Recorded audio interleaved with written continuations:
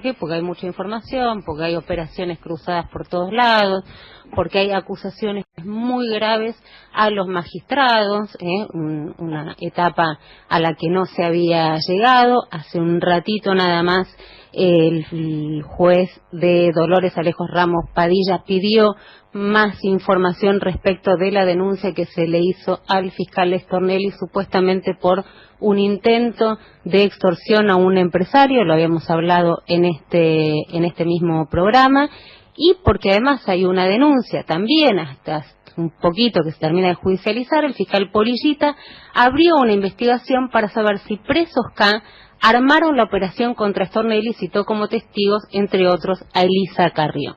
¿Qué es lo que dice Carrió en la denuncia? ¿Qué es lo que dice Polillita? Que hubo una intencionalidad de un grupo de presos de desprestigiar con una denuncia de extorsión al fiscal más fuerte que tiene la causa Cuadernos, el que la llevó adelante, que es el fiscal Stornelli, uno de los que consiguió más testimonios de arrepentidos. ¿De dónde surge esta nueva denuncia? Bueno, hace un ratito yo tuve la posibilidad de hablar con fuentes muy cercanas al juez Federico Villena, el juez federal de Lomas de Zamora, el juez que supuestamente tendría a su cargo y en su expediente parte de las escuchas que investigan nada más y nada menos que a la llave de la causa Cuadernos, que es Roberto Barata. Las fuentes cercanas, más que confiables después de tantos años de hacer judiciales, aseguran que en el expediente las escuchas de Barata no están. Lo cuento brevemente para que la audiencia entienda. Se estaba haciendo una investigación sobre un narcotraficante, por eso pidió que se intervengan los teléfonos del penal, y dentro de esos teléfonos, bueno, él buscó lo que tiene que ver con su objeto procesal, este narcotraficante. Todo el resto no lo tiene, ni sabe si lo tiene, ni sabe si están. Son horas y horas y horas de escuchas. Creo que hace 2 años que viene escuchando la gente de Lomas en la investigación de Segovia, pero muchos hablan de, bueno, acá se lo escucha a Barata organizando y orquestando desde la prisión una operación para desprestigiar a Stornelli y hacerlo quedar como un coimero, lo que lo sacaría de la causa Cuadernos, al tipo que trajo básicamente con la figura del arrepentido a muchos de los más importantes empresarios de la Argentina, entre ellos al primo del presidente de la Nación, el padre, que está ahora con una falta de mérito, bueno, porque es inimputable, porque está con una cuestión de salud muy importante de Franco Macri. Lo cierto es que si esto no está, si esto no existe en el expediente, las escuchas no están en el expediente, si no está Barata, si no está Schiavi, si no está Llorens, si no están los principales que supuestamente orquestaron esta investigación, es de dónde salieron las escuchas. Todos leímos transcripciones textuales de escuchas de Barata con un funcionario, de Barata. Bueno, tenemos en línea, creo que es la primera vez que habla, si no me lo va a corregir, a Roberto Barata, ex subsecretario de Coordinación y Control de Gestión del Ministerio de Planificación desde el 2003 al 2015, está en el penal de Seiza, y para quienes están perdidos ya en esta cuestión tan engorrosa de la causa Cuadernos, es la llave, ¿no? Lo decía Michi hace un ratito.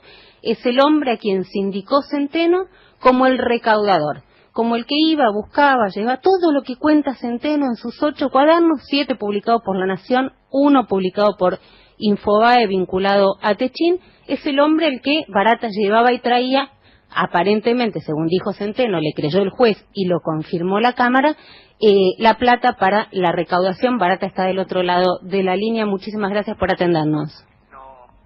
Muchas gracias a vos, Romina, y un saludo también a Michi también, y gracias por darme la oportunidad de hablar. No es la primera vez, pero tampoco hablé muchas veces por las radios. Trato siempre de mantener un perfil bastante bajo. Bueno, en esta oportunidad usted está detenido por la causa Cuadernos del 2 de agosto del 2018. Exacto, el 1 de agosto a la madrugada, a las 4 exactamente, irrumpieron simultáneamente en mi casa y en la casa de otros imputados, y bajo una carátula de NN, bajo declaración de NN, averiguación de antecedentes, o sea, sin saber por qué, fuimos allanados y fuimos todos trasladados a drogas peligrosas. A usted los indican, digo, brevemente, porque la causa es, insisto, engorrosa y compleja, los indican como organizador de esta banda que tiene en la cabeza a Cristina Fernández de Kirchner, a Julio De Vido, y que después creo que la Cámara incluyó también a algunos de los empresarios. Sí, vamos a ver. Primero que obviamente siempre es desmentir cualquier relato fantasioso y guionado de Centeno. Yo sé que esto es una causa guionada y escrita, donde Oscar Centeno fue uno de los que participó en toda esta, llamémosle, trágica telenovela.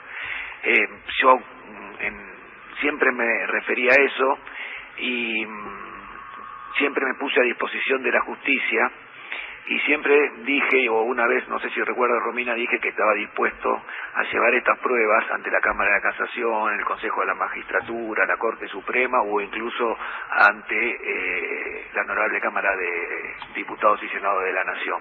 Sí. Hay pruebas evidentes que surgen del propio expediente, que no surgen de nada raro, sino de las propias hojas del expediente, donde prueban que todo esto es una gran obra teatral guionada por vaya a saber quién. Ahora, Barata, quiero ir puntualmente, digamos, también a lo que tiene que ver con esta operación que hoy denuncian para correr de la cancha nada más y nada menos que a Stornelli, con el poder y con lo que ha significado Stornelli en el marco de esta causa. Pero usted dice, bueno, una idea fantasiosa, lo ha manifestado en alguna audiencia también ante los camaristas, pero acá no está solo Centeno, después aparecieron Bet Nasa, digo, los principales, estoy tratando de pensar los principales empresarios, ¿no?, de la Argentina, Bet Nasa, Zabaleta de Techín, Pez Carmona, de Goicoechea, confirmando un poco lo que dijo Centeno, que más allá de la relación que desconozco, digamos, si tenían buena o mala relación, usted con Centeno, creo que había una denuncia de extorsión también en el medio, era su chofer, era un hombre de confianza. Sí, no, con Centeno tenía una buena relación, incluso mantuve una relación con él hasta creo que la última charla telefónica fue hasta 2 o 3 días antes de que el 1 de agosto me pongan en prisión nuevamente. O sea, que seguían hablando mientras Centeno sabía o estaba también a su vez hablando con la justicia para entregar lo que él tenía consignado en los cuadernos. Esa es mi teoría y eso es lo que demuestran las fojas del expediente, ¿no? Ahora, ¿por qué? Yo no sé qué es lo que pasó, no sé si usted en algún momento lo sabe, si hubo algún problema, alguna discusión, si Centeno quería plata, siempre según lo que usted relata. Ahora, ¿por qué se sumarían también los grandes empresarios de la Argentina a una fábula de un chofer que quiere sacar rédito económico? Mirá, yo, Romy, también lo vincularía a esto, a cómo empezó un poco la causa de los cuadernos. Hay una nota que sale en el diario La Nación, si no me equivoco, disculpa la memoria, pero sí, el 2 de marzo del 2018. Acá estamos con todo el material, así que vamos a ir chequeando, sí. Estoy mucho jugando la memoria porque acá no tengo internet ni nada y la memoria vale mucho. Sí. Si no me falla la memoria, el 2 de diciembre del año 2018, en una especie de promoción de su libro, donde Diego Cabot cuenta un poco cómo inició esta investigación y demás. Diego Cabot en esa propia manuscrito, en ese propio escrito, en esa propia nota periodística, manifiesta que los primeros diálogos o los primeros WhatsApp que tienen con el fiscal Stornelli datan del 21 de marzo del año 2018. ¿Está? Sí. Y que entre el 21 de marzo y el 25 de marzo mantuvieron distintos diálogos a través de WhatsApp, donde Cabot lo invita a Stornelli a reunirse, aduciendo que tenía un material muy importante con respecto a Barata, a Cristina y a De Vido, y ante lo cual Stornelli, según lo que pone ahí Cabot, se entusiasma, yo diría que por demás, y se termina juntando el 27 de marzo, el 26 de marzo, discúlpame, se termina juntando Cabot con Stornelli, vaya casualidad, en Selket. Sí. Vaya casualidad porque, según lo que escuché por los medios, parte de las reuniones estas que están o grabadas o filmadas o lo que fuese fueron en Selke, digamos, ¿no? Sí, en esta confitería que está cerca de los bosques de Palermo, exacto, donde... exacto. La Pampa Figueroa del Corte. La Pampa y Figueroa del Sí. Corte, exacto. Sí. No sé si casualidad o no, pero bueno, la reunión que menciona Cabot en el diario, que se llevó a cabo el 26 de marzo, se lleva a cabo en Selke, entre Cabot y Stornelli, donde Cabot cuenta que saca su mochila, que tiene unos papeles que le muestra al fiscal, que el fiscal primero pone cara de sorprendido y no le da mucha bola, que después cuando empieza a leerlo se entusiasma porque está barata, porque está debido, porque está la expresidenta de la Nación y demás. Estas conversaciones por lo menos arrancaron el 21 de marzo. ¿Por qué digo por lo menos? Porque es lo que el periodista manifiesta en la nota. Sí. Ahora, mi gran duda es si no arrancaron antes. ¿Tá? El 21 de marzo yo sé que arrancó el vínculo entre Cabot y Stornelli. Esto está dicho por Cabot en esta nota periodística. Sí, donde él cuenta cómo llega, digamos, cómo se gesta esta investigación. Exactamente. Y después, el 10 de abril, el propio fiscal le toma la declaración testimonial a Diego Cabot. La declaración testimonial son 5 fojas, si no me falla la memoria. Hay varias contradicciones que después voy a marcar, digamos, en esta famosa denuncia que voy a hacer ante quien corresponda. No había escuchado sobre una denuncia todavía, ¿eh? ¿Cómo? No, por ahí me perdí yo, pero todavía no había escuchado que iba a ser una denuncia. Sí, yo lo había mencionado. A esta denuncia que dice que va a ir a la Corte Suprema, a los organizados. Exactamente, ¿está? Sí. Pero solamente para mencionarte 2 cositas chiquititas, digamos, Sí. de las contradicciones y de las mentiras que hay ahí. Primero, que cuando se junta o cuando le manda el primer mensaje el 21 de marzo, Cabot a Stornelli, y después se juntan en Selke el 26 de marzo, recordemos que Stornelli estaba apartado y estaba recusado. ¿Ah? A pesar de estar apartado y recusado en una causa por Roberto Barata, el fiscal, antes que el periodista presente la denuncia, se mete, en el buen sentido de la palabra o en el mal sentido de la palabra, se mete en una investigación que termina con la declaración testimonial del Diego Cabot del 10 de abril del 2018.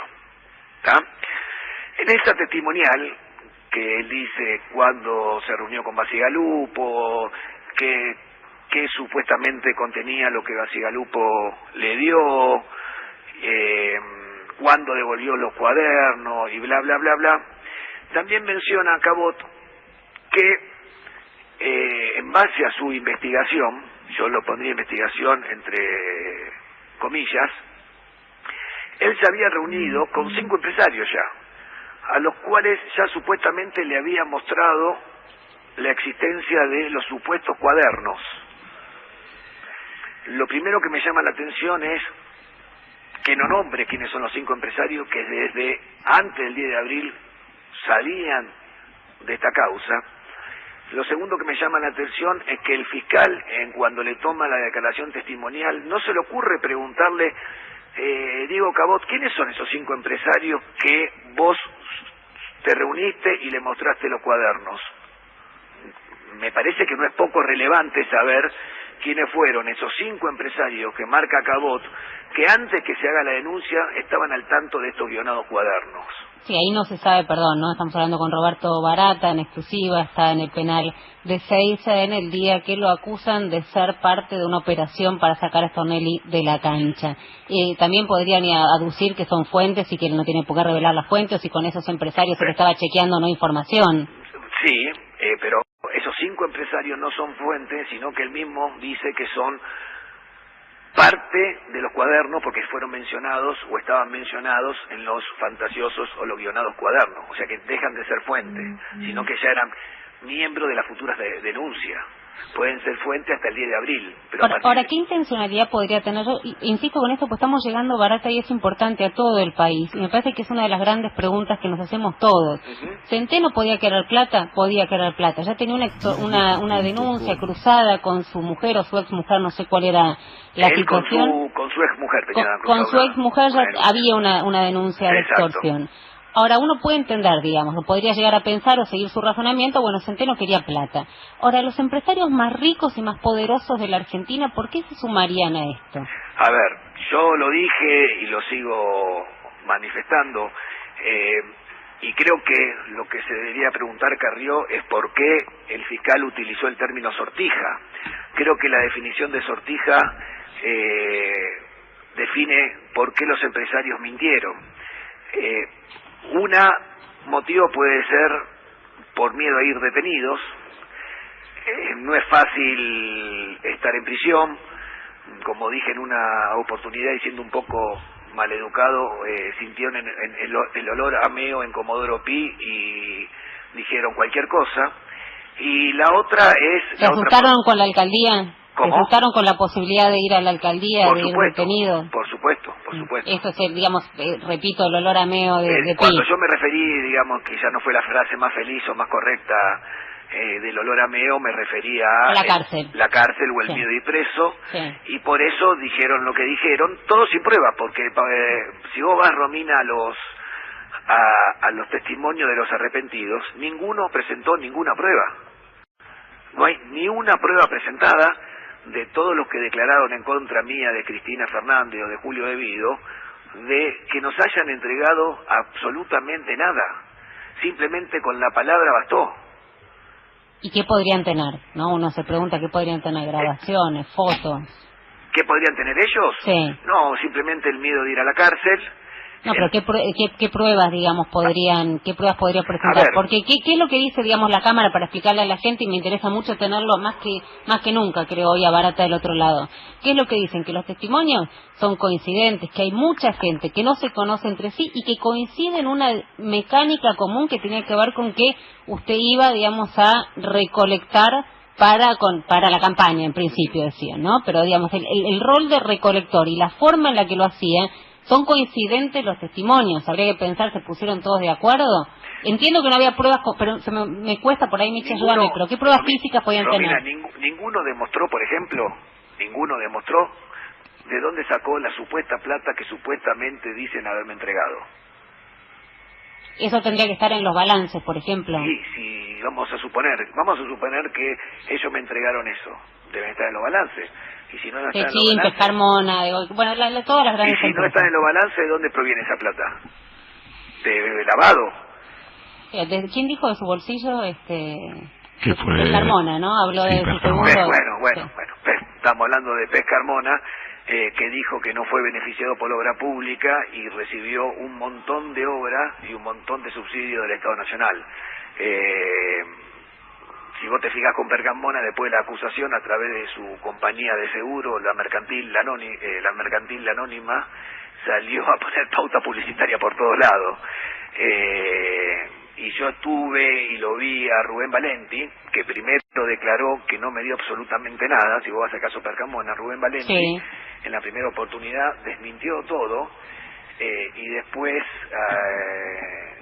de estar una semana preso y después de que lo tuvieron 4 días en la alcaldía de Comodoro Pi, en la 29, que no es un lugar, aunque el trato es muy bueno, no es un lugar muy lindo, termina arrepintiéndose. Y así todos se arrepintieron. O sea, que empieza el primero y el resto creo que fue como una cadena de miedo, de terror, que ante la posibilidad del preso optaron por la figura del arrepentido. Exacto. Y yo me sigo preguntando por qué el fiscal no le preguntó el 10 de abril quiénes son esos 5 empresarios que supuestamente sabían de antemano de estos guionados cuadernos. No es un tema menor, porque esos 5 empresarios que supuestamente supieron o sabían de estos guionados cuadernos tuvieron tiempo para entorpecer, para fugarse, para lo que vos quieras. Ahora, nadie lo consideró importante, pasó por alto. Ahora, cuando uno empieza a armar, digamos, y a ver cómo es armar en el sentido del rompecabezas, de los cuadernos, que empieza con Centeno, apuntando a usted después el resto de los empresarios, se habla de Muñoz, ¿no? Como uno de los que recibía la plata. Muñoz, todos saben, mano derecha de Néstor y de Cristina Kirchner en un primer momento. Muñoz está muerto, digamos, no pueden ir contra Muñoz. Bueno, pero ese es el tema, digamos. Hay una famosa, que yo lo llamé famosa teoría de echarle la culpa al muerto, lo mismo que hicieron con Muñoz. Poblete de Romero de Hidrovía lo hizo con un tal señor Aldao, que participaba supuestamente de la renegociación de la hidrovía. Lo hicieron con el propio Néstor Kirchner, que lo hizo José López, lo hizo Marconi de la firma Supercemento, diciéndole que la instrucción se la había dado a Ángel Maresco, que casualidad falleció lamentablemente en abril de este año, y la verdad que a Maresco no lo conozco, nunca hablé con él ni nada, pero bueno, Marconi y el resto de Supercemento que hizo, bueno, me dijo Maresco, que falleció, que le diga o que le entregue este dinero a Barata. A Maresco no lo conozco, no lo conocí. Con Marconi creo que tuve una sola reunión o dos reuniones, pero no era habitual que lo vea para nada. O sea, todo una gran mentira guionada, digamos, por el fiscal en este caso. Pero cuando hablamos de la llave de los cuadernos, no es solamente, digamos, porque Centeno era su chofer y es quien, digamos, sale a denunciar esta trama, sino porque decíamos, está muerto Muñoz, que era quien podía decir si recibía efectivamente o no la plata, y es donde todos los testimonios terminan diciendo que los terminaban llevando a Uruguay, a la calle Uruguay, o a la Quinta de Olivos. Néstor Kirchner está muerto. Cristina Kirchner dice Centeno haberla visto junto con usted en la Quinta de Olivos. Pero a ver, era habitual que yo vaya a la Quinta de Olivos, era funcionario.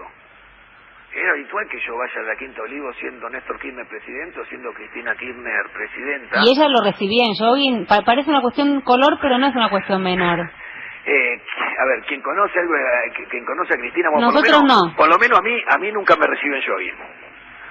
O sea que esa imagen en ese momento, yo no sé si a otro funcionario quizás con más confianza o más allegado lo reciben jogging, pero por lo menos a mí nunca. Ahora, insisto, digamos, el por qué usted lo apunta en el miedo. Dice que hubiese sido barato o le hubiesen sindicado cualquier otro, hubiesen dicho que sí. No te entendí, Romy. Los empresarios, si les hubiesen dicho, bueno, apunten contra Barta. ¿Usted cree que Stornelli directamente les guionó, o Bonadío les guionó lo que tenían que decir? En este caso yo estoy hablando de Stornelli, que fue quien manejó absolutamente cada una de los testimonios, digamos, del arrepentido, pues son las del fiscal.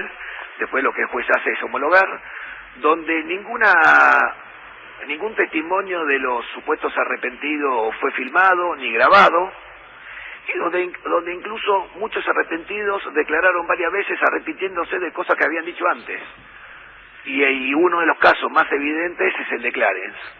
Ahora, ¿a dónde quiere? ¿A usted le ofrecieron arrepentirse concretamente? ¿Stornelli se comunicó con usted? ¿Se puso en contacto con sus abogados? Lo que Stornelli hizo cuando fue la causa GNL, yo fui preso en GNL. Gas licuado, ¿no? Estamos hablando de fue preso por gas licuado, la pericia dijeron que estaba mal hecha, volvió a estar en libertad y después lo volvieron a detener por cuadernos. No es tan simple como, Rosy, como lo decís. A ver, hay un perito llamado Cohen, que hasta 3 días antes de presentar esa famosa pericia venía opinando en conjunto con el resto de los peritos y diciendo que con los datos que se tenían no podían realizar ningún análisis ni ninguna pericia. De repente, 2 días antes de las elecciones, este perito Cohen le presenta una pericia en forma unilateral al juez Bonadío, donde dice que había un sobreprecio de 6.900 millones de dólares. Sí. ¿Qué hizo el resto de los peritos? No avaló eso, sino que presentó un escrito volviendo a decir lo mismo que el propio Cohen había firmado con anterioridad, que con los datos que se tenían no se podía llegar a ninguna evaluación. Eso fue 3 días antes de las elecciones legislativas de octubre y 3 días después de que apareció el cuerpo de Santiago Maldonado. Yo te digo para ubicarnos en qué momento político estábamos. Sí.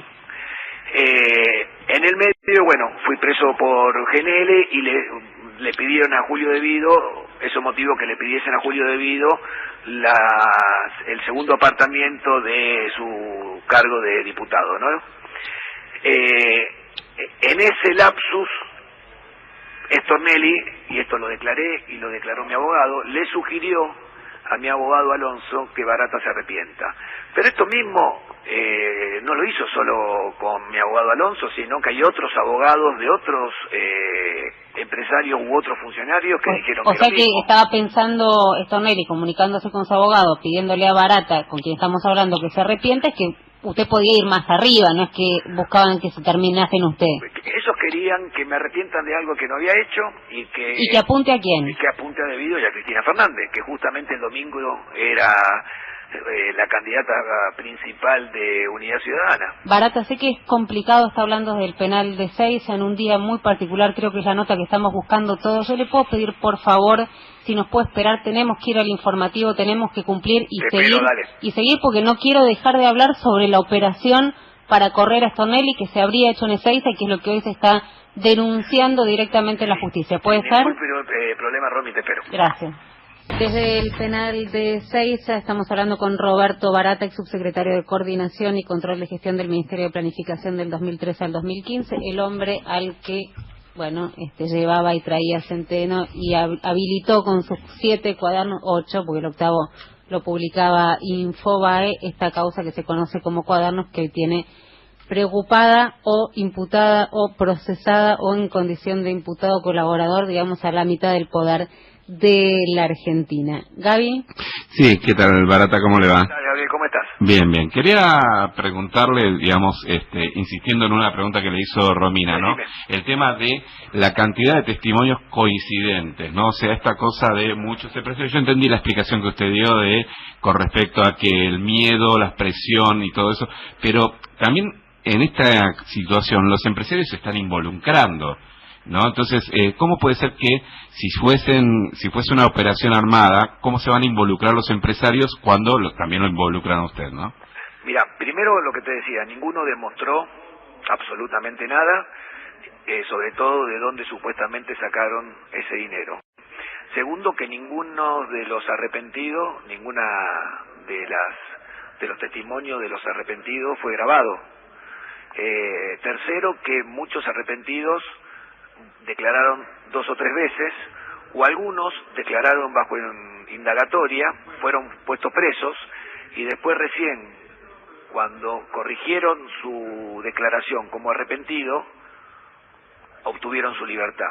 Y aparte, fíjate en qué situación están hoy los empresarios. La Cámara, si no me falla la memoria, el 20 de diciembre, a los empresarios los sacó a todos de la asociación ilícita y dejó solo a Enrique Wagner, y lo metió como organizador también, ¿no? Como organizador, sí. Y a Ernesto Clarence. Ahora, yo te pregunto, fíjate qué gran contradicción de haberlo dejado solo a Enrique Wagner. ¿Por qué?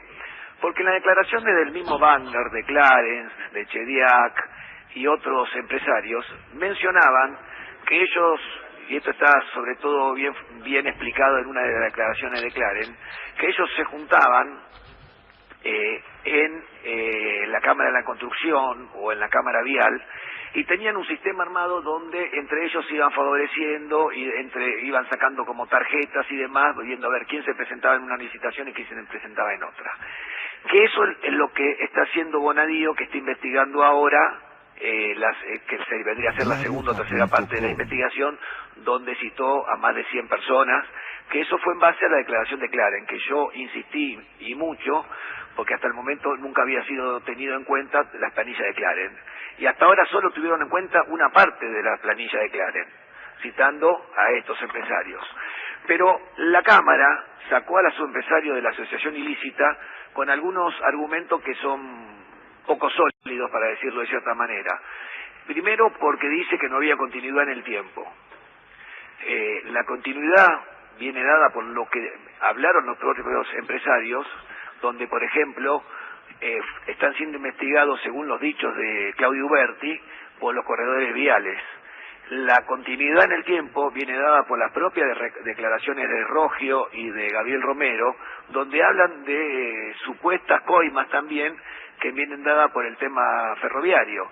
Y la continuidad viene dada también por la declaración de Clarence y de Wagner, donde mencionan que ellos se cartelizaban y que después le llevaban la plata a Clarence y Clarence la entregaba en un misterioso departamento de Puerto Madero. ¿Por qué hablo de misterioso departamento? Porque Clarence, a pesar de que supuestamente por 10 años fue a ese departamento de Puerto Madero, no se acuerda quién era la persona que le recibía el dinero.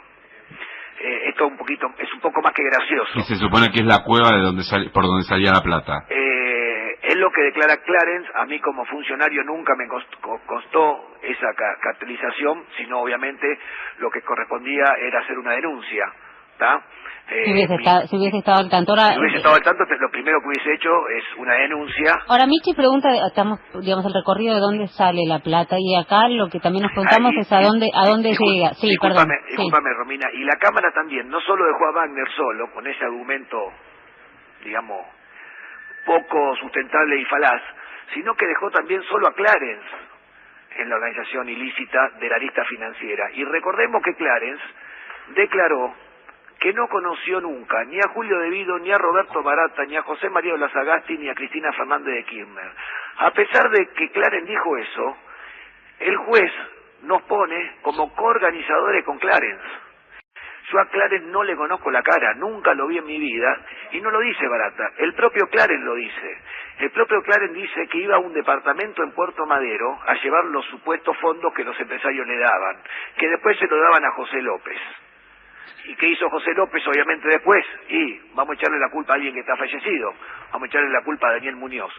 Yo en eso no me quiero meter, no es mi parte, pero simplemente quiero hacer un corto relato de ese tema, Gabriel y Romina. Ahora, Barata, con él estamos hablando, agradeciéndole el tiempo y también las circunstancias. Está hablando desde el penal de Seiza, insisto que es una nota que estamos buscando todos los que queremos hacer periodismo y estamos quieren saber la verdad también. Y sí, lo que queremos preguntar y aclarar que esta es una nota sin ningún tipo de condicionamiento, digamos. Acá no hubo una agenda, no hubo temas sobre los que se habla, sobre los que no se habla. Estamos preguntando, tanto Gaby y yo, las dudas que tratamos de creer que son las que tienen del otro lado también y nos están escuchando de todo el país. Pregúntenme absolutamente lo que quieran. Y hagan sus propias evaluaciones yo se lo agradezco. Y que el público o los radio escuchas hagan también sus propias evaluaciones. Y le agradecemos también esta posibilidad. Creo que de otra forma ni Gabriel ni yo hubiésemos hecho esta nota que venimos buscando hace tanto. Con total libertad, por favor. ¿Qué pasa con esta casa en Pilar, en el country mapuche, que muchos indicaron directamente como una especie de guarida donde se almacenaba lo que usted recaudaba? Ay, Dios. Bueno, esa casa fue allanada en noviembre del año pasado. Y me río, la verdad, que para no llorar, porque esa casa la compró mis padres. Mi padre trabajó toda su vida en Edenor, primero en Segva, primero en Ítalo, después en Segva y después en Edenor. Se jubiló y se retiró con un retiro voluntario, y con parte de esa plata compró un terreno ahí en Mapuche, y ahora te explico por qué en Mapuche. Y entre toda la familia construimos nuestro lugar de descanso de fin de semana. Es una casa grande, ¿no? Casi de 300 metros. No, creo que, la verdad que no tengo las medidas, no soy arquitecto y soy un desastre para la medida, pero sí, es un terreno de 600 metros cuadrados, así que te podés imaginar que no estamos hablando de ni hectáreas ni nada por el estilo. Esa casa, le pregunto, ¿realmente tenía bóveda? Los vecinos hacen referencia a que había entradas por lo menos consignaron en algunos medios, entradas en horarios extraños. ¿Ahí vivían o estaban sus hijos, su familia? Ahí íbamos toda mi familia. Cuando digo mi familia, me refiero a mi esposa, a mis hijos, venía mi padre, iban mis hermanas, venían mi suegro, iban mis amigos. Como nosotros... ¿Tenía bóveda la casa? Sí. Como nosotros acostumbrábamos... No, perdón, le preguntaba si tenía bóveda la casa. No, para nada. Pero eso aparte está... Fue allanada. Está en la propia acta de allanamiento, donde te decía que me río, porque esa casa me la destruyeron. No solo a mí me ocurrió esto, digamos, a otro detenido por otras causas también le pasó lo mismo, pero esa casa me la destruyeron. Destruyeron los pisos, destruyeron las paredes, destruyeron los placares de los chicos, me la destruyeron. Pero buscando Barata que el botín, digamos. Buscando el famoso botín. Y había un vecino que afirmaba, sin entrar desde afuera del allanamiento, le indicaba a la policía o quien había ido al allanamiento, no, fíjense ahí abajo de tal cosa, y rompían, y no encontraban nada, fíjense allá, y le rompían, y bueno, así me terminaron destruyendo la casa. Esto lo tengo probado, y nunca lo presenté, porque tengo 2 certificaciones por 2 escribanos diferentes de cómo quedó mi casa después del allanamiento. Ahora, Barata, bueno, la pregunta que todo el mundo se hace, y obviamente se la tengo que hacer a usted, ¿usted puede jurar y perjurar que usted no era el valijero de los Kirchner? Por supuesto. No era. Nunca hice ninguna de esas funciones, nunca Cristina Fernández me dio ninguna orden, y con esto desmiento a Juan Manuel Abal Medina. Nunca Julio... ¿Usted lo trató de mentiroso a Juan Manuel Abal Medina? Sí, por supuesto que es un mentiroso. Él dijo que era dinero para financiar la campaña, ¿no? La campaña del 2013, Él que venía de ese sistema... para financiar la campaña 2013. Sí. Cosa que es mentira. Mi relación en ese momento con Abal Medina, aparte recordemos, yo era un subsecretario y Abal Medina era jefe de gabinete, no solo jefe de gabinete, sino que era candidato a senador, ¿tá? Y era quien llevaba adelante la campaña. Mi única función en cada una de las campañas, con cada uno de los jefes de gabinete o los gobernadores, era suministrarles informes de gestión, informes de obra, informes de avance de obra. Mi función en ese caso o en esos momentos de campaña era recolectar de la distinta secretaría cuáles eran las licitaciones que estaban en marcha, en qué condiciones estaban las obras, cómo venían las obras, los informes de avances. ¿Para qué? Para que ellos tuviesen, en cierta forma, un discurso político para salir y hacer campaña y demás. Ahora, esto podría haber sido, digo, en el plan de las cuestiones que se pueden especular, organizado por Julio De Vido y que usted no lo sepa. Porque el que iba supuestamente, según Centeno, digamos, a buscar y a recaudar y tenía la relación con los empresarios, era usted. Es difícil que esto pase, digamos, sin el conocimiento de Vido o de Cristina Fernández de Kirchner, que era quien necesitaría el dinero si era para la campaña. Te reitero, nunca ni Cristina Fernández ni Julio De Vido me dieron ninguna instrucción, ni en el 2013, ni en el 2015, ni antes, ni nada. Nunca. Por eso lo traté de mentiroso y lo trato de mentiroso a Medina, que encima tuvo el tupé de echarle la culpa a un muerto también, porque no te olvides que le echó la culpa al Chueco Mazón. Otra persona fallecida, porque claro, acá es fácil, Marconi le echa la culpa al muerto, López le echa la culpa al muerto, Abal Medina le echa la culpa al muerto. Y ahora, nunca evaluó la posibilidad de arrepentirse, porque está hablando que los empresarios se arrepienten por miedo. Supongo que usted enfrenta una cantidad de causas importante hoy en día, digamos, es el funcionario, creo que junto con De Vido, más importante que está detenido, quien para la justicia lo puede llevar justamente a la expresidenta de la Nación. ¿No evaluó la posibilidad, teniendo en cuenta el tiempo, los años que podría estar en prisión, la situación de tener hijos chicos? No. Creo que muchos jugaron en el buen sentido, te lo digo, Romina. ¿Te lo llegaron a decir? No. Así directo nunca, pero obviamente muchos jugaron con esa situación para que Barata se arrepienta de hechos que no cometió. Mirá, volvamos el tiempo atrás. Mirá si yo le hubiese hecho caso a la sugerencia que le dio Stornelli a mi abogado y me hubiese arrepentido de la causa GNL. ¿Cómo terminó la causa GNL? Con una pericia trucha. Que una falta de mérito ahora, ¿no? Con falta de mérito, con la pericia que demuestra que el perito Cohen se equivocó, mintió, presentó copió, plagió. Entonces, en aquel momento me hacían la misma pregunta y no dudé nunca ni un segundo en declarar algo que no corresponde. Y lo mismo ahora. Ahora, recién Gabriel Michi preguntaba, bueno, usted puede asegurar que no es a pesar de que es muy difícil estar alejado tanto de mi esposa como de mis dos hijos, obviamente, ¿no? Sí. Ahora, Michi le preguntaba, bueno, usted no es el valijero, puede ser que no es el valijero de los Kirchner. ¿Puede haber otro o usted no cree que había en la gestión valijeros? No, yo no conozco ni conocí ningún valijero en la función de Néstor o de Cristina, y simplemente me enteré por acá de los testimonios de Clarence y de José López y de Claudio Berti. Y ahora de la viuda de... Y ahora de la viuda de Porchetti. Muñoz, pero no, yo no conocí ninguno, sino mi función, ya te digo, mi función como funcionario era haber denunciado el hecho. ¿Se comunicó con usted, Cristina Fernández de Kirchner? No. no recibí ninguna comunicación de Cristina Fernández y tampoco la espero, ni tampoco tiene por qué hacerlo, digamos. En definitiva, yo sé y ella sabe lo que yo soy y cómo pienso, y yo sé lo que ella es y cómo piensa. ¿Y Julio De Vilo tiene contacto con él? Con Julio hablo de vez en cuando de penal a penal. Ajá. Hablo una vez cada 15 días o cada 20 días, nos comunicamos de penal a penal y bueno, nos preguntamos cómo está nuestra familia y hablamos un poco de todo. ¿Y de la causa hablan? No, de la causa no hablamos. Nuestros abogados están en contacto con los temas de la causa, pero no, de la causa no hablamos, simplemente hablamos de cuestiones familiares o de cómo está la familia de cada uno. Ahora, le quería preguntar, perdóname, Gaby, ¿quién es Selkovich, no? Porque aparecen en esta... Carlos Selkovich. ¿El empresario de Mar del Plata? No lo sé, aparece un exfuncionario hablando con usted en esta... Secretario de Coordinación. No, está bien. ¿No Mirá, es el nombre? No me voy... Sí, pero...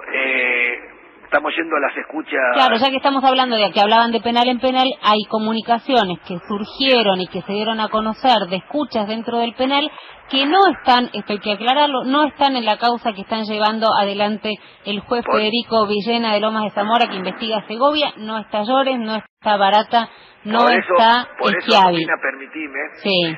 Esas escuchas son por lo menos ilegales, o esas transcripciones de escuchas son por lo menos ilegales, violaron mi intimidad y la de todos los presos que estamos acá en Ezeiza. No tenían ninguna orden de escucha ni sobre mi persona, ni sobre otros funcionarios o empresarios de lo que ellos denominan kirchneristas que estamos acá presos. Así que no voy a hablar ni de mis relaciones o mis charlas personales. La operación, perdón, se llamaba Dolor de Muelas, que hacían referencia, y la operación era para sacar de la cancha a Stornelli, ¿no? La operación Dolor de Muelas. La misma ridiculez. Primero, que a mí me gustaría, para terminar de cerrar un poco este tema, sí, digamos, de las escuchas ilegales, sí, primero que uno se siente violado en su intimidad. Porque así como pudieron haber escuchado o haber imaginado escuchas con distintas personas, también la podían haber hecho con mi mujer o con mis hijos o con mis padres o con mi familia, y eso es lisa y claramente una violación, incluso en los derechos que uno sigue teniendo como preso. Es totalmente ilegal. Y como es totalmente ilegal, en base a lo que vos me decís, y me pregunto, y lo que debería estar preguntándose Elisa Carrió, Patricia Bullrich y Garabano, es cómo esas supuestas transcripciones llegaron a un anónimo y que ese anónimo se lo haya dado a Elisa Carrió. Y la primera en manifestarse antes de que el perro Berbisky, creo que fue el primero, ¿no? Sí, en el cohete a la luna, con Colman, no sé si fue Colman o Berbisky. Como acá no contamos con todos los medios, menos con internet, sí, capaz que le pifio, digamos. Salió en el cohete a la luna y en página 20. Capaz que le pifio con los momentos, digamos, pero según lo que yo vi o escuché, la primera justamente que habló antes de que el perro Berbisky presentara su denuncia fue justamente Elisa Carrió. ¿Y de dónde Elisa Carrió tenía las cosas? ¿Cómo tenían las escuchas? Si no están, digamos, en una causa... Si no están en una causa. ¿Y usted tuvo alguna comunicación con Carlos Selkovich? Es lo que te repito, todas las comunicaciones que tuve con periodistas, que hay muchos periodistas con los cuales charlé. Sí, pero esto no es malo, porque a ver, acá porque si no parece que van a decir barata esta amenaza con nombrar periodistas. Los periodistas que hacemos de investigación hablamos con presos, vamos a Marcopá, vamos a Ezeiza, hablamos con los abogados. En este caso las escuchas se están utilizando para violar mi intimidad, sí, y ya voy a hablar del tema, pero una vez que mis abogados me traigan las transcripciones de lo que supuestamente transcribieron de las supuestas escuchas ilegales que le hicieron a Barata. Entonces, cuando yo tenga esas transcripciones me voy a referir a cómo y con quién violaron mi intimidad. Pero acá lo que se duda no es, digamos, que se escuchó, sino que a través de las escuchas aparecería, voy a ponerlo en potencial, porque en la causa que está en Lomas, insistimos, no se acredita judicialmente, hablan de un intento por apartar a Stornelli. ¿Usted tiene un interés especial en apartar a Stornelli? No, porque mirá, habla de que Stornelli tiene una intencionalidad con usted. No, mirá, ¿cómo es la historia con Stornelli? La historia con Stornelli nace en julio del año 2016 por la causa Río Turbio, donde el fiscal Stornelli le pide a Roberto Barata, a Atanasio Osuna y a Julio Devido la prisión preventiva, sin haber sido incluso llamado a indagatoria. ¿Está? ¿Eso cómo termina? Termina con el primer pedido de desafuero a Julio Devido. Después, ¿cómo continuó? Yo en la causa Río Turbio declaré 2 veces. En la primera estaba preso en Marcos Paz ilegalmente. Fue en el mes de noviembre. Luego de eso el juez me procesa sin prisión preventiva. El fiscal Stornelli saca un fallo, una resolución en diciembre del 2017, donde apela la no prisión preventiva mía y le pide a la Cámara que analice mi prisión preventiva, basado en 14 convenios específicos que según él Barata había firmado. ¿Qué pasó después? Durante enero, que uno tiene menos trajín con las causas, analicé foja por foja el pedido de Stornelli y me di cuenta de que esto que decía Stornelli era mentira. Barata no firmó ninguno de los 14 convenios específicos con los cuales el fiscal me pidió la prisión preventiva. Entonces, ¿qué hice? Apenas terminó la feria, en febrero del año pasado, le pedí una ampliación al juez de la causa, me dio la ampliación. Si no me falla la memoria, el 7 de noviembre del año pasado fue esa segunda indagatoria. Revisamos ante el juez y ante el fiscal, estaban los dos presentes, el juez, el fiscal y mi abogado, los 140 convenios específicos de Río Turbio, entre los cuales se suponía que estaban los 14 mencionados por Stornelli, y se verificó que Barata no había firmado ningún convenio específico. Pero por eso, digamos, ¿usted le adjudica a Stornelli alguna intencionalidad particular en su contra? Poner el adjetivo que quieras.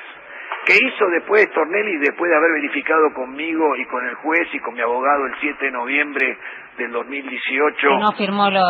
Que no firmé los convenios. Volvió a apelar y me volvió a pedir la prisión preventiva por el mismo motivo. Entonces sí cree que hay animosidad de Stornelli contra usted. Yo no quiero calificar, yo quiero que la justicia investigue. Pero a usted le pregunto, ¿le da lo mismo que sea Stornelli, que sea otro fiscal el que investigue esta causa y llegue a juicio oral o no? Obviamente que uno se sentiría más protegido en su derecho que fuese otro fiscal, pero es Stornelli y es el que le toca, y yo estoy dispuesto a estar siempre frente a la justicia y a dar las explicaciones frente a la justicia. Ahora después, las actitudes o los procederes de los miembros de la justicia, en este caso el fiscal, tiene que responder cada fiscal. Esto fue tan evidente que terminó en la recusación de Stornelli y lo terminan reponiendo el 20 o 22 de abril, después de que la causa Cuaderno se había iniciado y después de que él el 21 de marzo había empezado a tener contacto con el periodista. Y si vos te fijás, digo, ustedes disculpen, se fijan, el 21 de marzo del 2018 ocurrieron 3 hechos. Apartaron a Stornelli de la causa de Río Turbio. Supuestamente fue el primer diálogo o comunicación entre Cabot y el fiscal. ¿Por qué digo supuestamente? Porque es de lo que surge de la nota periodística del fiscal. Ahora, si ya estaban en comunicación anteriormente, no lo sé, pero el periodista dice que por primera vez se comunica el 21 de marzo del 2018, la misma fecha que Stornelli es apartado de la causa Río Turbio. Y el 21 de marzo también, Cabot declara haberle devuelto los cuadernos al famoso Basigalupo. Vos me decís si el 21 de marzo es casualidad o no casualidad, pero todo ocurre el 21 de marzo. Ahora, Barata, esto queda claro. Hay 2 preguntas que quiero hacer antes de terminar la comunicación, agradeciéndole el tiempo. La primera es que también hay una causa de enriquecimiento ilícito. Se habló de esta casa en Pilar y también de un fideicomiso multimillonario que tendría junto con su mujer. Bueno, la verdad que también me río para no llorar. Todo lo que tanto Barata como mi mujer, como Dalina tenemos, está en cada una de las declaraciones juradas que hacemos de la Oficina Anticorrupción del año 2003, con ella en particular desde que me casé. Esos famosos fideicomisos son mentiras. esos famosos fideicomisos, como lo aclaramos ante el fiscal y la fiscal y el juez de la causa, son dos departamentos en Villa Crespo, del cual tengo el 50%, mi esposa tiene el 50%, 2 departamentos de 30 metros cuadrados. Y todo ese es el fideicomiso que se hacen referencia. Es mentira. El fideicomiso multimillonario. Es todo mentira. Pero si vos vas al informe que figura en la causa de enriquecimiento, ¿qué hicieron? Cada una de las direcciones que alquilé hasta comprar mi departamento actual, ya sea en la calle Coronel Díaz, en la calle Seguí, si no me falla la memoria, y mi esposa también alquilaba, más un negocio de ropa que mi esposa tenía en la calle Mendoza, lo pusieron en el informe que hicieron como que eran de mi propiedad. Y yo los alquilaba. Pero tan gracioso es que donde mi esposa tenía... Usted no era propietario, era inquilino. Donde mi esposa tenía el local de ropa, que lo tuvo hasta que nació mi segundo hijo, o hasta meses antes que nació mi segundo hijo, después pusieron una peluquería.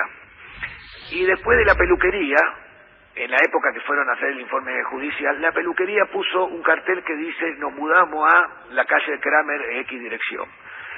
¿Y qué hicieron? Pusieron como que el local donde mi esposa tenía el negocio, que después fue peluquería, que era mío.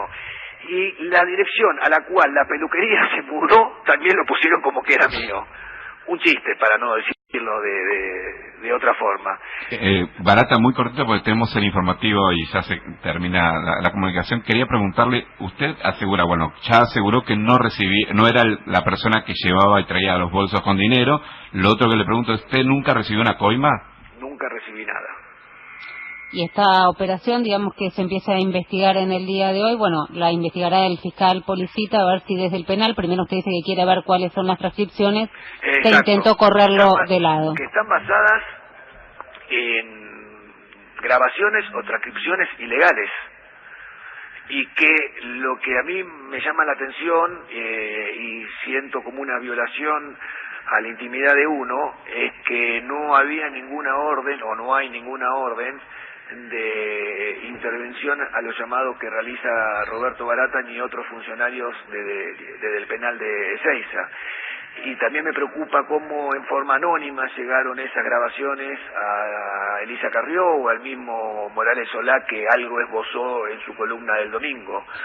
La verdad que preocupa, porque no solo por Roberto Barata, sino por la seguridad de cualquiera. Y esto demuestra que todo esto es una gran causa política, donde aquellos que pertenecimos y defendimos una idea, un proyecto con el cual pueden o no pueden estar de acuerdo, yo estoy orgulloso de haber pertenecido a ese proyecto, somos atacados y somos perseguidos en distintas causas. Por eso hay distintos empresarios marcados como el kirchnerista Precio y distintos quedó claro. Nos vamos a ver el informativo. Gracias, Roberto Barata. Hasta la próxima. Muchísimas gracias. Muchísimas gracias.